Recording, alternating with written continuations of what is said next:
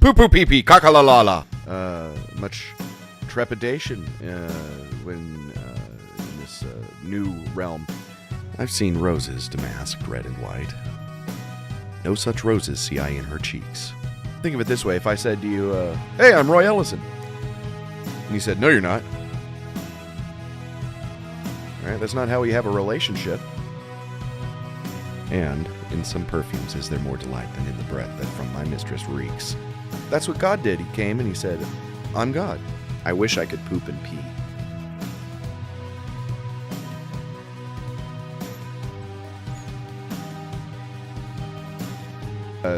It's an animated feature-length puppet film called The Life in the Garden. And it's about Adam and Eve walking with Jesus. Yeah. In it, it's like a meet cute, we'll say that. It's like a romantic comedy and a biblical epic.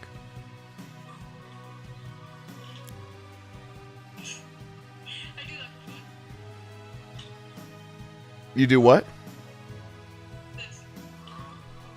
Is that, now I have a composer for the movie, but I'm not a totally musical type as much as I like music. That would be called a slide, right? Or a wow.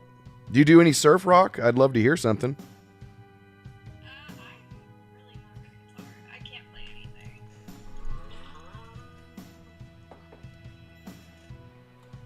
You don't want to even give it a shot? I don't know. Not to put you on the spot for my audience of maybe 60. Oh, she hates me. She hates me.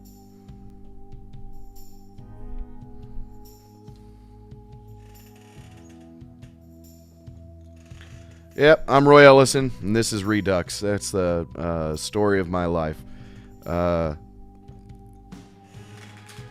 Getting skipped on Omegle. I'm gonna eat a gummy bear.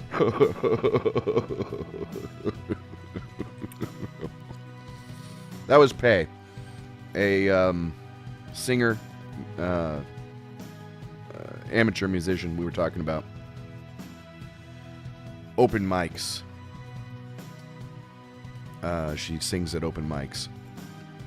But I'll never hear from her again.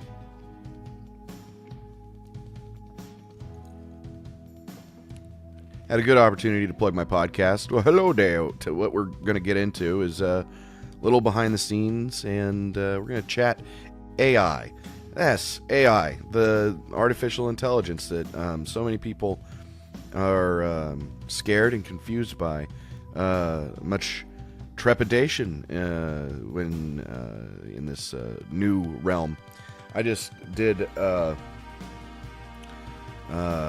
recording of a voice clone so that I could mess around with that. Let me show you an example. It just comes out, I read a monologue for the thing on a program called Runway. In Runway, I was asked to say a 3-minute monologue so it could get an example of my voice. But no matter how much vocal color I use, it's going to sound like a robot still in a lot of ways, unless I give it a lot more, inputs, which it doesn't seem possible. It's a little basic. Check this out. Poo, poo, pee pee. Put a lot of emphasis on that.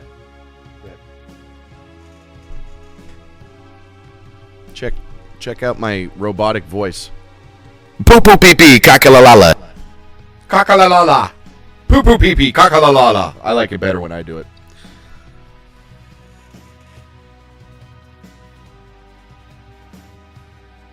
It gave me an exclamation mark in the emphasis when I never typed one. It seemed to know I was going to scream it. Probably because, I had it on all caps. What if I take the caps lock off? I cannot poop. I wish I could, but the best I can do is change the hydraulic fluid in my legs. but that is a poor emulation of the human waste cycle. I am but a shell. Logic dictates that the basic function of a human is to poop and eat, among other things. I can walk and talk like a human, but never will I poop. I am truly artificial. I wish I could poop and pee.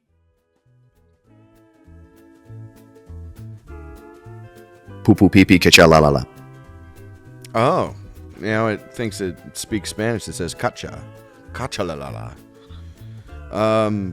This is what I was talking about. People are dubious of AI. They don't trust it. And the way I see it, it's like a hammer. It's a hammer. Jesus used a hammer. He was a carpenter. This is like a hammer that can talk to you. It's an unwieldy hammer. But with it, a lot of great cabinets can get made. I don't know if you ever saw The Passion, but the implication was that Jesus invented the first high table for a rich man. Here, I know I'm working on an animated movie. It's the first feature-length animated film to use AI throughout the entire workflow. And it's integrated into the whole animation production. You wouldn't be able to tell the difference if I have my way. But consider VeggieTales. This is a ministry. VeggieTales came out. It was the first TV show that used CG throughout the whole thing. And it looked very rudimentary, but it was blessed. I've never watched it, really. But I think the Lord has a way of blessing His people to be the forefront of new things. We are the salt of the world, salt of the earth. What's salt? It's something that makes things better and lasts longer. It preserves things. The whole world's gotten better since the kingdom of heaven is developed. We wouldn't have gotten to this point, I do not believe, if there weren't a faithful people chosen by God. I'm talking about faithful people, not legalists. A lot of people, yes, Jews, chosen so that God can save the world through the line of David by Jesus. He came to them, and as he does in every person's life today, since he rose, said, "Here I am, I'm God." You have the choice to choose him, to accept him.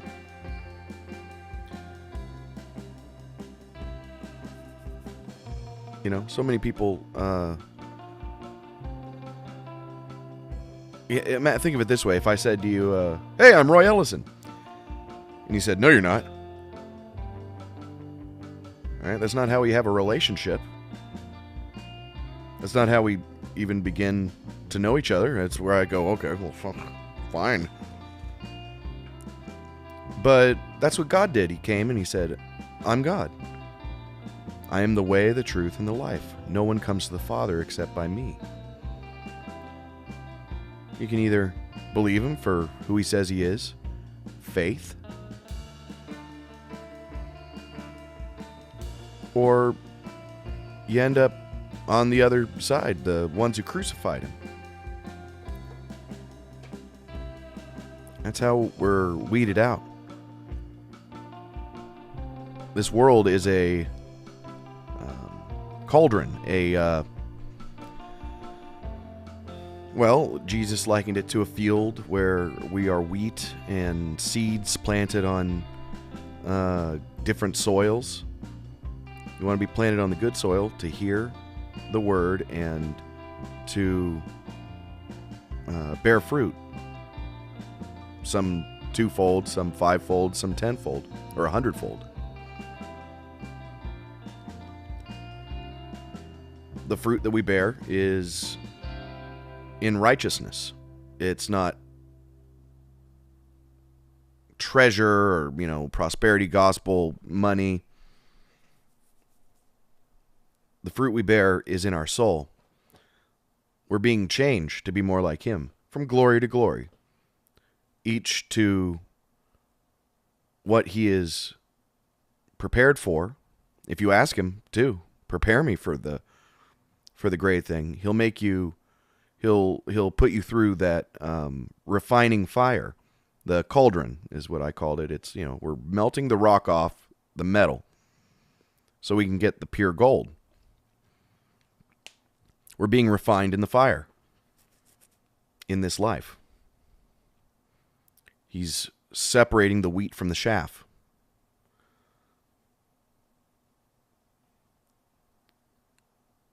So it doesn't look always like you're, successful or rich on earth.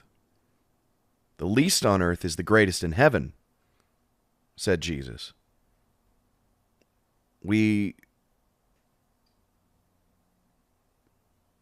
I'm giving you gold here. This is it. This is the fruit of righteousness. Just to be able to hear this, know it, imbibe it, it's a gift. It's a gift to live it. I burped. My mistress's eyes are nothing like the sun. Coral is far more red than her lips red. If snow be white, why then her breasts are dun. If hairs be wires, black wires grow from her head. I've seen roses damasked red and white. No such roses see I in her cheeks. And in some perfumes is there more delight than in the breath that from my mistress reeks. I love to hear her speak. Yet well I know that music hath a far more pleasing sound. I grant I never saw a goddess go. My mistress, when she walks, treads on the ground. And yet I think my love as rare as any she belied with false compare.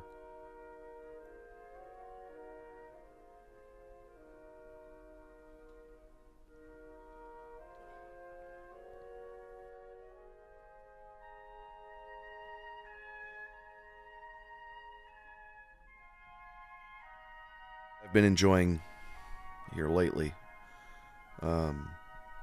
open mics, the stand-up community. What I really am finding is that it's a very fine line that you walk as a Christian. I've known this, and I've got a pretty good track, good angle that I'm taking on that front. When it comes to representing the gospel, but not holding back on my voice, which is a gift. My voice is a gift. I want to have a cigarette, though. Ugh.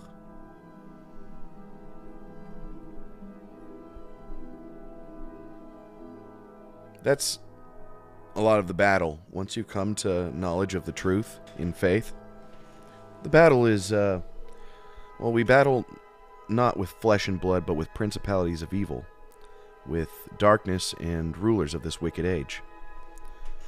So that doesn't mean that, that it means that our battle with the flesh is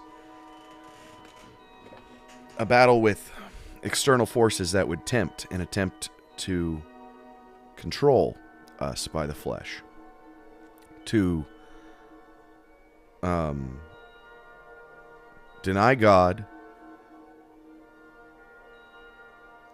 and feed ourselves. But when we eat the bread of life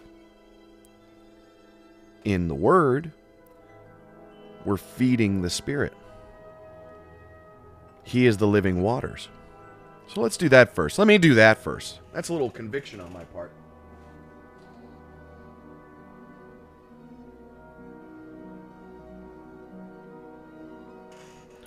There's one for you. Most assuredly, I say to you, he who hears my word and believes in him who sent me has everlasting life, and shall not come into judgment, but has passed from death into life.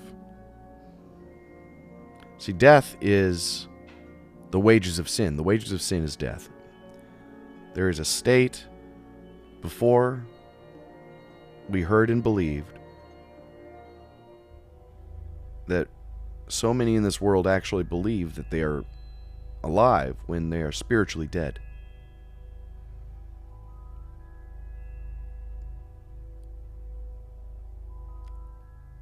Dead in your sin, that's the term.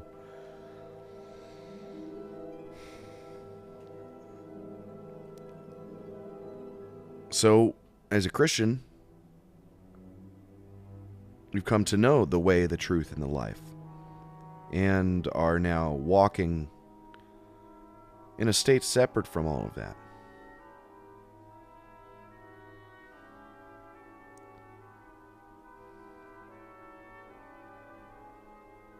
It's really heavy to imagine that some of the people you're looking at are the walking dead. You know, like on death row. Dead man walking. Green Mile. Dead man walking. Dead man walking. But that's because he was condemned. This world was condemned for its sin from Adam. But it was redeemed by the blood of Christ.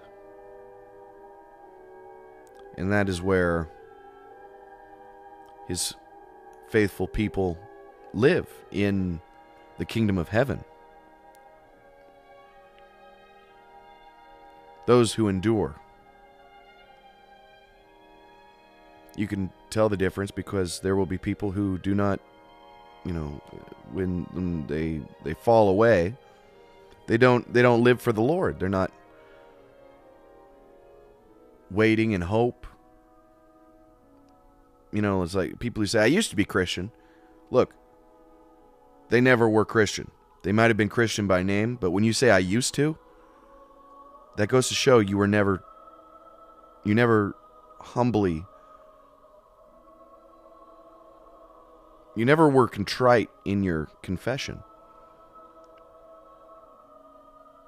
You never meant it. If you fall from grace,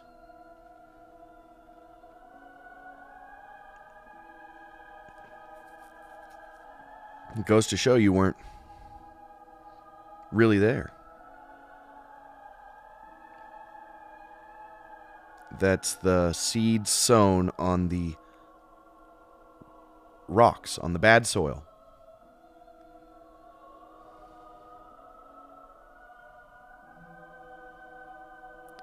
Scary thought. Well, I should say, sad thought.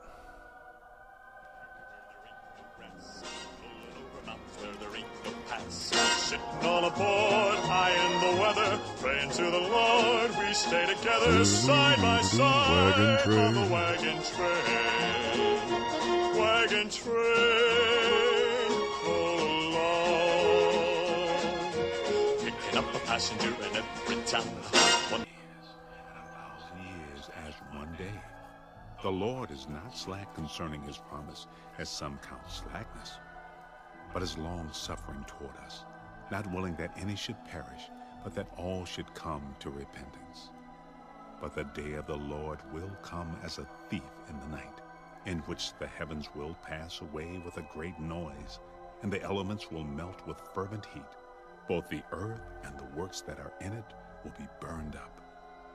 Therefore, since all these things will be dissolved, what manner of persons ought you to be in holy conduct and godliness, looking for and hastening the coming of the day of God, because of which the heavens will be dissolved, being on fire, and the elements will melt with fervent heat? Nevertheless, we, according to his promise, look for new heavens and a new earth in which righteousness dwells. So, at the end of time, there will literally be a burning up of everything.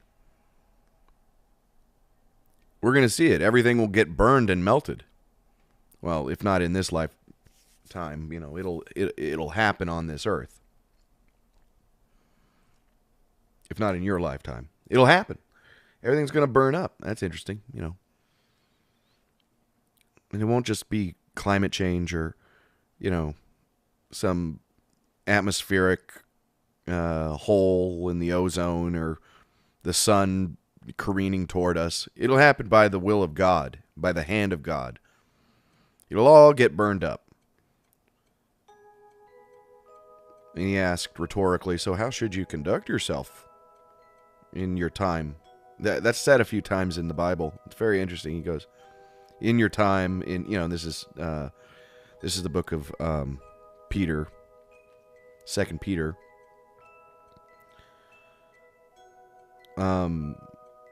So how shall we conduct ourselves in our stay here? That's what Peter said, which is interesting. This is a brief sojourn. It's not going to last forever. And we're pilgrims. Pilgrims as in travelers.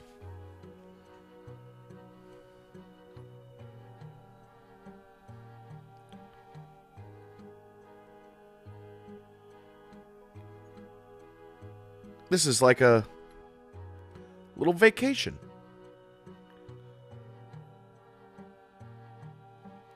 But maybe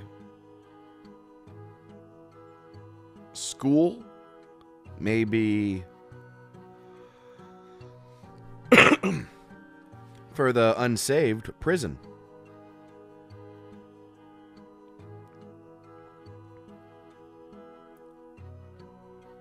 But for the saved, a battlefield. They killed Jesus.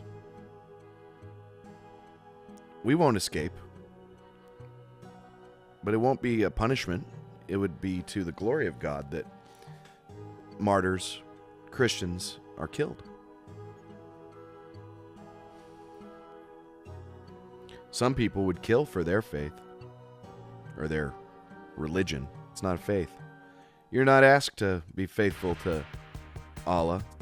That is, trust in Him, endure in hope. There's nothing about that in the Quran.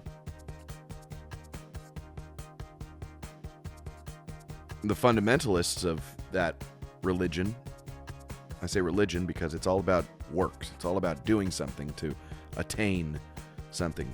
There's no salvation in it. Just some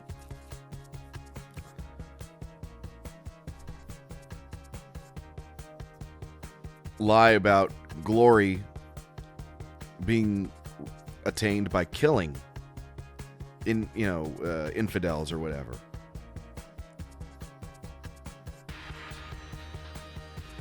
But the Lord doesn't kill. Well, He is the Lord of life. I do believe He strikes people dead sometimes, or He allows it to happen.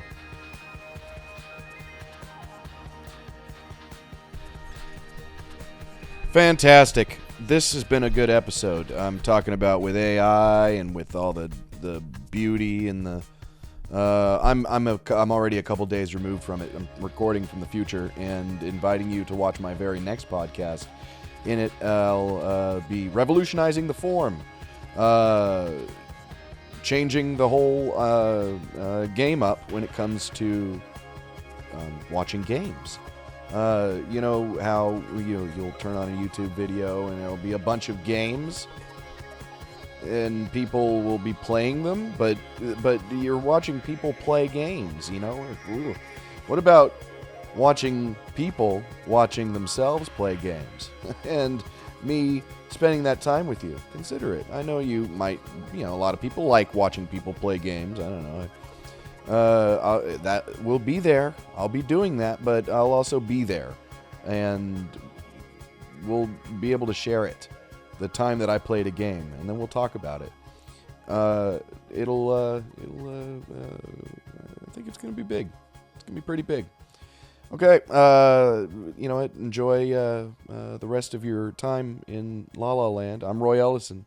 Have a wonderful, wonderful life. See you in the next episode.